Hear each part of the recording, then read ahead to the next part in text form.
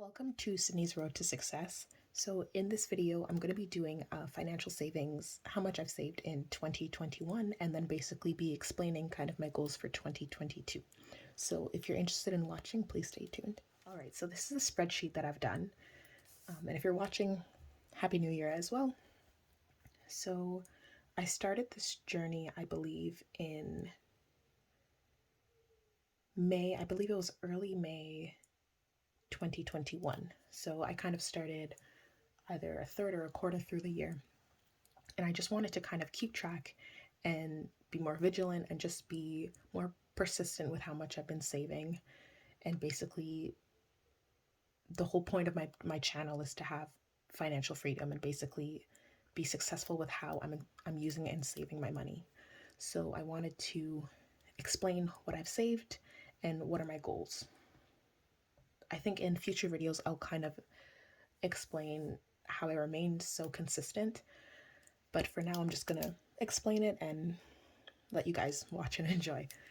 So for the start of 2022, I had nothing in all of my categories. So these were kind of the generalized categories that I made for my cash envelope system.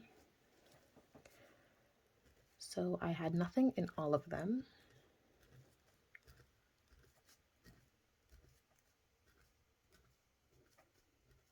Down to zero.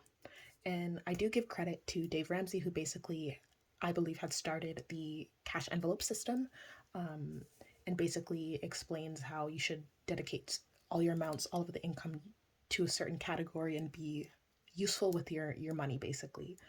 Be intentional with your money. So I give him credit for that. And so I like that system, and so that's kind of why I got into it. So I started with nothing in all of my categories, and for my overall debt, the two main debts that I had, the only really debt I had was on my car loan, which I had originally started, I believe it was almost double this. So it was 12,000, but I had put cash down. So the remaining loan was 6,313. For my student loans, I had 13,211, and that was for a four-year baccalaureate degree. So with some, I believe I had some financial aid, I had some savings as well. So that helped with that, and also some help with family as well. So overall, the student loans that I had to take out were only 13,211. So this is what we started off with the year. And this should be paid off in 2021. Sorry. That's a correction there, but it should be paid off in 2021. But in the end of 2021, in terms of my rent, I had a total of, and I'm using a reference sheet here because instead of going through all of my categories, this was my cash envelope and these are my sinking funds. I just have this already written down. So for rent at the end of 2021, I had saved $1,800. I'm trying to see what color I want to use. Let's use green. $1,800. And if you've watched my other videos, I had explained that this is basically a theoretical amount. I don't pay rent currently, but in the future I hope to pay rent, and so I kind of wanted to put an amount towards first and last month's rent, and then any sort of extras that I can do, especially with the past 2 years, basically COVID and just natural inflation. Basically everything had inflated so much that I don't think it's really possible to go and rent right now, and I don't plan to either way. But I did want to save something for when I do want to move out. So this is what we've been able to save. In terms of an emergency fund, I know that Dave Ramsey also speaks about having $1,000 saved for emergency fund before moving on to other things. So what I was able to save so far was $550, which is half of what he recommends. But even though it's half of that, I'll explain why I think that's pretty good. because I've been able to pay off a lot of other things. So we'll get to that. In terms of for my car maintenance, in my other videos as well, I've explained that I've had to get tires and I had an accident and a whole bunch of things. So the remainder of what I've been able to save is $203. For health, I've been able to save $630. I'm lucky that where I am, I believe in Canada in general, and in my province, I have basically free healthcare. And I say that lightly, but yes, free healthcare in terms of emergency, and basically everything's covered except for dental and I think like eye coverage or vision coverage, let's say that. So everything else is usually covered. I hope you guys are able to see this. I'll bring it a bit closer. So I've been able to save $630 towards that. In terms of student loans, I won't say exactly here what I've saved, because we're going to get into the debt part later. And same thing with family. In terms of family, I just kind of give what I'm comfortable with giving, and what I feel like is a respectful amount, especially because I work full-time anyway. For friends, I've saved 40. I say 40 because I've been putting it into my sinking funds, but I've also been taking it out every now and then when I want to give a gift or something. So that's why it's at 40. So gifts, it should be like holiday. This gift category is more holiday gifts, but I just kind of generalize it and say gifts. So this one also only has 40, and it has 40 because I've been able to save, I don't know if it was, I think it was getting to $1,300 that I spent on gifts for Christmas, which is the most I've ever spent. And I'm very fortunate to have been able to do that. So vacation is at $480. This one I haven't been saving a whole lot because I know that, or personally, I don't want to be taking a big vacation considering COVID. I know that people have, and that's up to their choice, but just for me and for my sake, and my family's sake, I just don't want to be going on a big vacation. But that's what this is basically saving towards. Next I have home and furniture, which so far I have 180.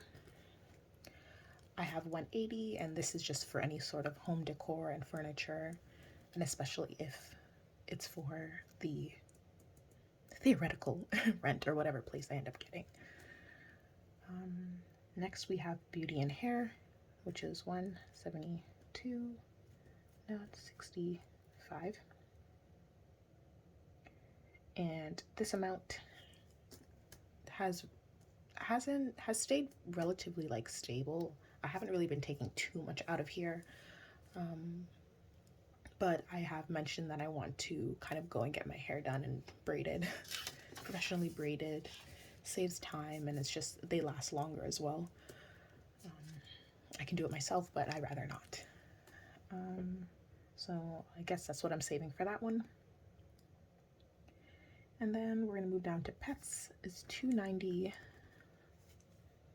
My goal is to have a pet, either a cat or a dog, but I'm just saving towards any kind of expenses for that. And then I know I want to get pet insurance, so I'm saving for that. So I don't plan on getting it anytime soon, but just saving towards that. Miscellaneous has 190 and 60. Basically, miscellaneous is what it is. It's for anything that's kind of more random things, but also tech as well. I figured I would make a category for that because later on I plan on getting an iPad, so I'm hoping I can get that, like an upgraded iPad. I think they call it the budget iPad, but it's just the I think it's sixth generation iPad. But I'm hoping to get the iPad Pro later on. And then cash savings is $260. honestly, this, to me, this is kind of a second emergency fund. It's more so for any kind of unexpected expenses that I have, but in terms of more, not in terms of like emergency, but just kind of a little savings on the side. Let's say that. So if we were to add all of that,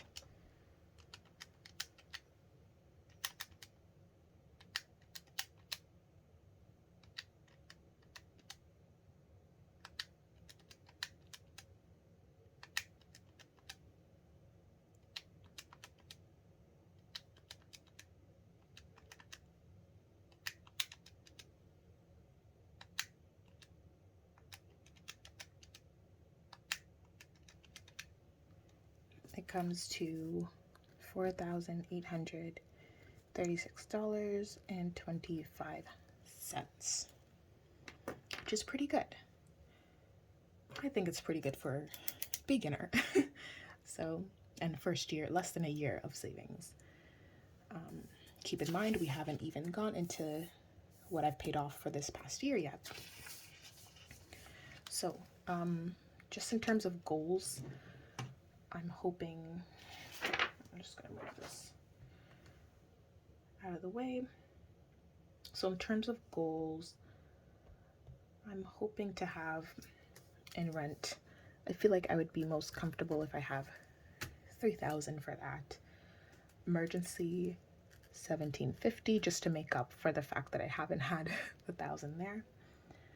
Car maintenance, 1,200. I feel like that's a stable amount, just in case I have to get any sort of parts or anything. I don't know.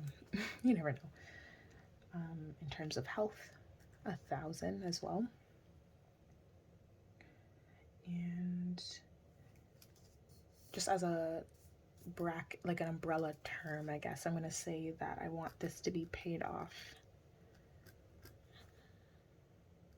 by, I'm going to say March, because that's kind of what I'm heading towards and what I want to, that's the goal I want to set for myself.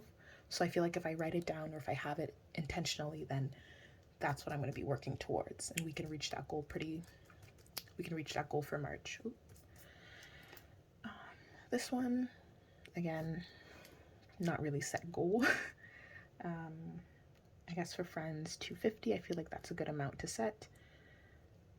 For gifts, I'm gonna keep it at 1,000. I think that's a good overall amount. I feel like anything excess of that for me at this time would be a bit much again, and I don't really have any big gifts planned, but I think 1,000 at least would be good.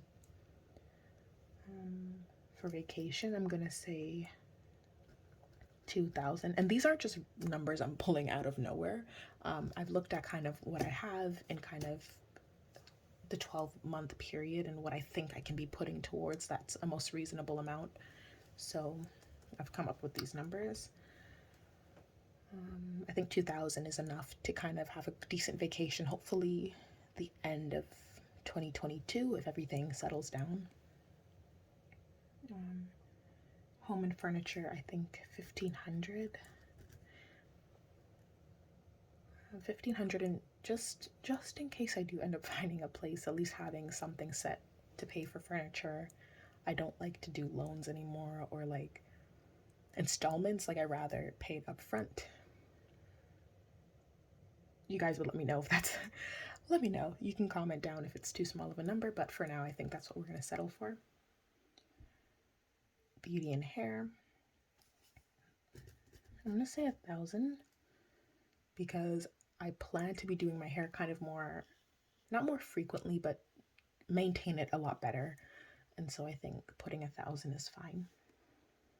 Pets, I'll say 500. I think that's a bit on the low side, but I don't even have a pet right now, and I don't want it to go and just sit in that binder anyway, so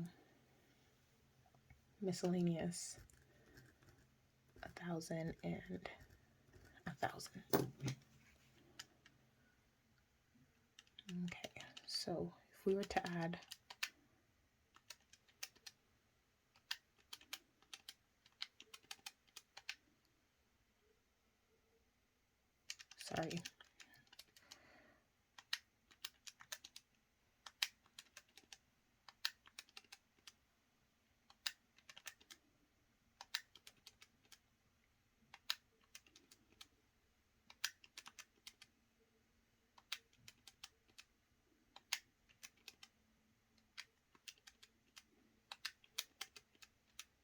15. Ooh, okay. Let's try that. 15,200 is the goal for the end of 2022. Now let's get down to the nitty gritty. Debt. The elephant in the room. So I started off, as I mentioned, car loan and student loans. These were the amounts. What I have successfully paid off is, okay, so what I have successfully paid off, and I am proud to say that I've paid off everything for the car loan. So I no longer have a car loan. I don't have any car payments, which is amazing. And the balance is officially 0. So goal for 2022 is nothing in terms of car, just whatever I put for my car maintenance. In terms of student loans, I have paid off $9,522.71. So the remaining balance is $3,688.29. So my goal for 2022 is to have this paid off at 0, and hopefully by March with the plan or with the momentum that I'm doing now. So I've paid, let's see how much I've paid towards debt.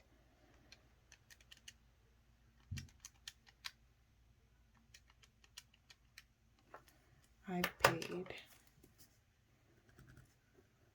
$15,835.71. And the balance,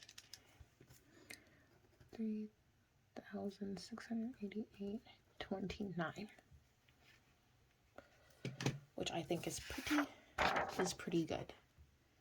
For less than a year of savings and investing and spending and all of that, I've been able to pay off $15,835 of debt, and I only have $3,688 left.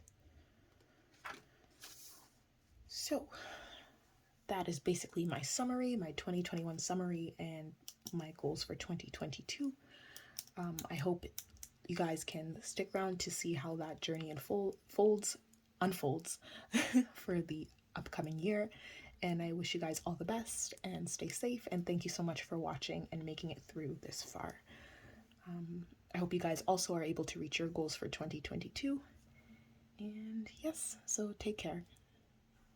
Give it a like if you enjoyed, comment down below if you have any comments, and subscribe if you enjoyed seeing this and want to be notified or see my upcoming videos later on. So, bye. Thank you.